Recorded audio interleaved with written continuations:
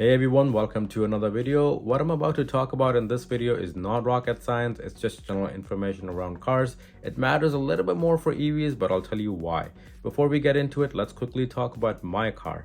I recently hit 100,000 kilometers on my car, and right before that, I started to hear some squeaking noise coming from front suspension.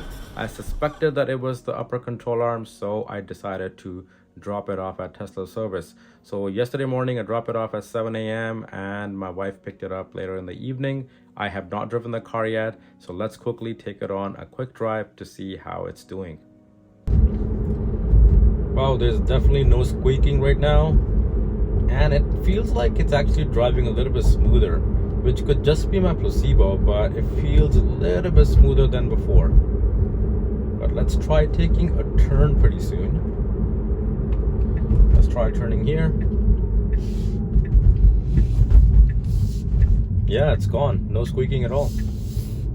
That's awesome. Overall, I'm actually very impressed with Tesla service. I dropped off the car first thing in the morning at around 7:15 a.m. My wife couldn't pick up the car till later in the evening, but I got the notification just after 2 hours that the service was complete, and my total was $400. Which included 2 new upper control arms, front, left, and right, and obviously there was a little bit of diagnostics fee in there, but I was able to pay that amount over the phone app. I didn't have to speak with anyone, I didn't have to call anyone. I paid for the amount and my car was ready to be picked up. Now let's talk about the main reason why you're watching this video, and that is tires. As I said earlier, my car is currently above 100,000 kilometers and I replaced my factory MX M4s at 42,000. Instead of going for the same tire, I decided to get Michelin CrossClimate 2 all-weather tires. I did some research at the time and they were highly rated for winter driving conditions. I only wanted to keep one set of tires, but being in Canada, that can be difficult because you see all kinds of weather conditions: snow, ice, dry, rain, everything. So this was my choice and I'm very impressed. There's one thing to note, however: depending on where you get your tires from, these tires might not show up in your search filter because they actually don't have the same speed rating as your OEM Tesla tire. They have a notch less, which is not something to be concerned about in my opinion, because I'm not in Germany and I'm not going to be driving it on high speeds anyways. If you're in Germany, don't get these tires. I'm just kidding. My initial impressions of these tires were somewhat mixed, to be honest, because initially the tires were a little bit noisy and my efficiency dropped by 10 to 15%. But after the braking period, the efficiency got better and the noise kind of went away, or maybe I just got used to it. So looking at some efficiency numbers, my lifetime average has been around 178 watt-hour per kilometer, which is 286 watt-hour per mile.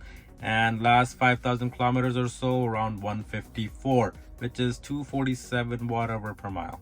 And after 60,000 kilometers, looks like I still have lots of tread life left. Now, being end of September and beginning of October means winter conditions are coming for different parts of the world. Now, this advice is common for pretty much any car, but it matters a little bit more for EVs because of their extra weight and high torque. On top of that, EV manufacturers tend to put the most efficient tires on their cars because they want to achieve the higher EPA rating. Now, these tires are good for efficiency and daily driving in general, but generally they're not good for winter conditions. I'm not a tire expert, this is just general advice, but if you drive an EV or a Tesla right now, I advise you to go out and check your tire wear, because chances are it might not be okay for this coming winter season. Now, we already know these cars are heavy, they have high torque, so tires tend to wear out a little bit faster than ICE cars. But we still have this perception that tires are supposed to last X amount of kilometers. Not with EVs, at least not right now.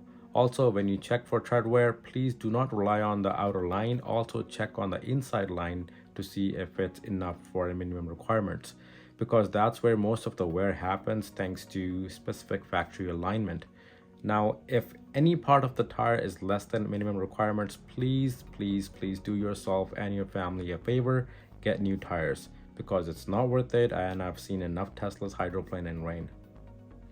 Now, this is my general advice for all Tesla owners.